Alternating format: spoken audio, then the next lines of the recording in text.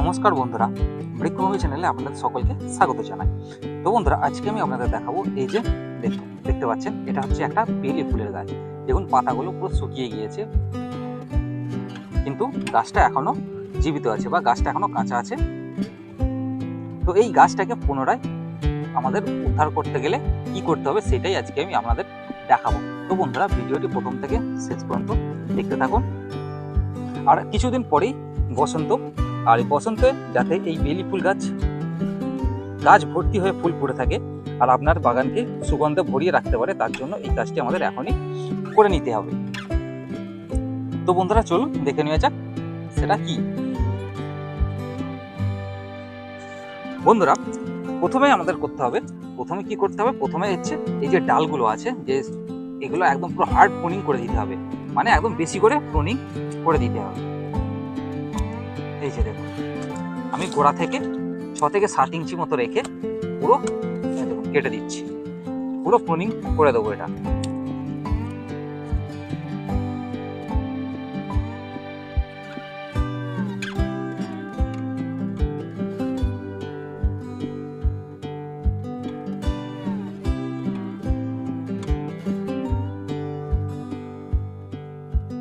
দেখুন বন্ধুরা, প্রুনিং হয়ে গেল। তো এবার এই যে টবে যে গাছটা আছে, এই টবটাকে এবার আমরা চেঞ্জ করে দেব। এই টবে আর এই গাছটিকে রাখবো না। তো এই গাছটিকে টব বা রিপোর্টিং করার জন্য বা টব পরিবর্তন করার জন্য টব থেকে গাছটিকে বার করতে হবে। এই যে দেখুন, এই যে ডালপালাগুলো, এগুলো প্রথমে আগে সরিয়ে দিই।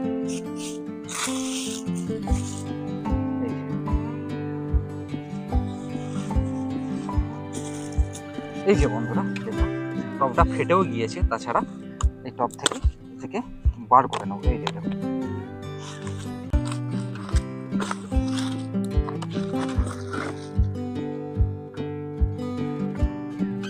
দেখুন বন্ধুরা কি অবস্থা।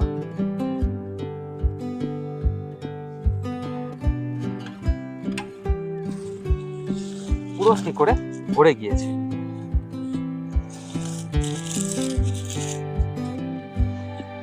তো এই মাটিটা বা এই শিকড়গুলো কিছুটা কেটে বাদ দিয়ে দেবো। এই যে দেখুন,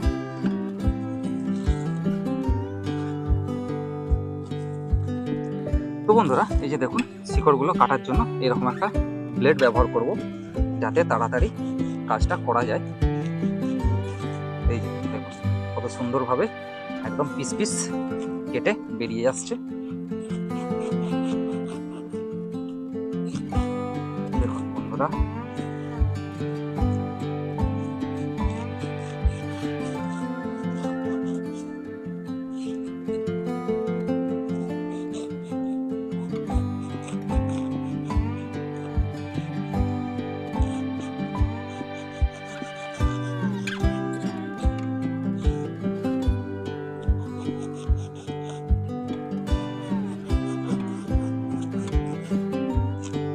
এই যে বন্ধুরা দেখুন, এবার এই যে নিচের দিকটা আছে, এই নিচের দিকটাও কিছুটা কেটে বাদ দিয়ে দেব। এই যে দেখুন কি অবস্থা, পুরো শিকড়ে পরিপূর্ণ হয়ে গিয়েছে।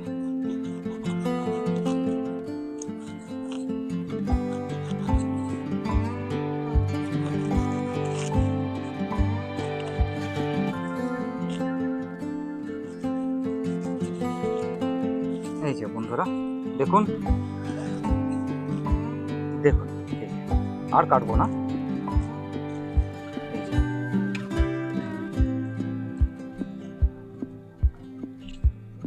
তো বন্ধুরা, এবার এই মাটিটা আর ব্যবহার করব না, কেন এই মাটিটা হালকা একটু ভিজে আছে। এবার নতুন মাটি নেব, আর এই বেল ফুল গাছটা লাগানোর জন্য এই যে দেখুন, এরকম মাটির একটা 10 ইঞ্চি টব ব্যবহার করব। আর টবের ড্রেনেজ হোল্ডে এই যে প্রথমে একটি এরকম টবের ভাঙা অংশ দিয়ে দেব, আর তারপর দিয়ে দেব এই যে বালি চালা যে কাঁকড়, সেই কাঁকড় নিচেটায় দিয়ে দেব। এতে কি হবে, এতে ড্রেনেজ সিস্টেমটা আরো ভালো হবে।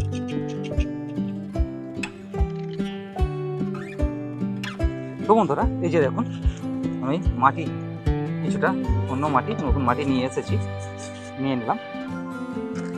তো এর সঙ্গে মেশাবো কিছুটা ভার্মি কম্পোস্ট। এই যে দেখুন ভার্মি কম্পোস্ট, এই যে এখন শুধু ভার্মি কম্পোস্টই মেশাবো, তাছাড়া আর অন্য কিছু এখন আপাতত মেশাবো না। দিয়ে ভালো করে মিক্স করে নেব। দিয়ে যখন এই গাছ থেকে যখন নতুন করে ডাল ছাড়তে আরম্ভ করবে, সেই সময় আবার এতে কিছু সার আমাদের দিতে হবে। তো কি দিতে হবে বা কিভাবে দিতে হবে সেটা সমস্ত আমি ভিডিওর মাধ্যমে আপনাদের দেখিয়ে দেবো বা জানিয়ে দেবো। তো আপনারা তার জন্য চ্যানেলটি অবশ্যই সাবস্ক্রাইব করে রাখবেন। এই যে বন্ধুরা দেখুন মাটি মিক্স করা হয়ে গেল। তো এবার এই যে মাটির যে টবটা আছে, টবের মধ্যে মাটি প্রথমে কিছুটা ভরে নেব। এই যে বন্ধুরা মাটি প্রথমে কিছুটা ভরে নিলাম।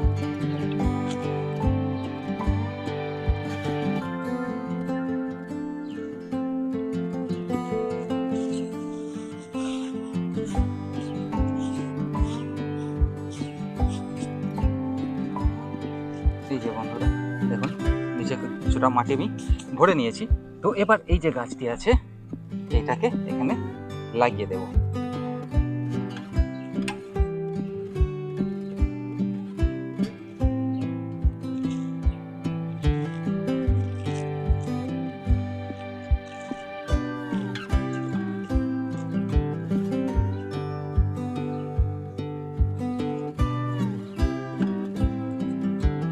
দেখুন বন্ধুরা ভালো করে সেট করে দিলাম। সেট করে দেওয়ার পরে এই যে ধার দিয়ে এবার এই যে মাটিটা দিয়ে দেব।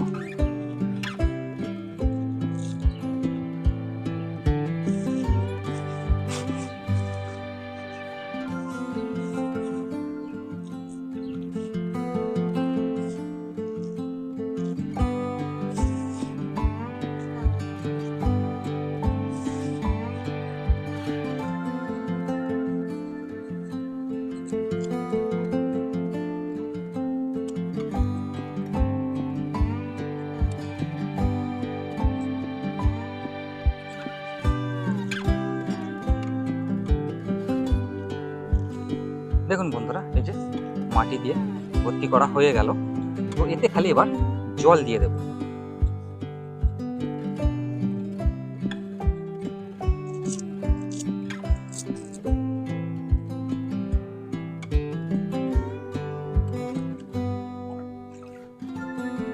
এই যে বন্ধুরা দেখুন জল দিয়ে দিলাম। তো প্রথমবার একটু বেশি করেই জল দেব যাতে পুরো মাটিটা ভিজে যায়। দেখুন বন্ধুরা আজ প্রায় 15 দিন হয়ে গিয়েছে। তো 15 দিন পর দেখুন কত সুন্দর নতুন করে ডাল ছাড়ছে। তো আর কিছুদিনের মধ্যেই এই গাছটা ফুল দেওয়ার জন্য উপযুক্ত হয়ে যাবে। তো বন্ধুরা আরও জানতে বা আরও আপডেট পেতে চ্যানেলটি অবশ্যই সাবস্ক্রাইব করে রাখুন। তো বন্ধুরা এই ছিল আজকের ভিডিও, আজ এই পর্যন্ত।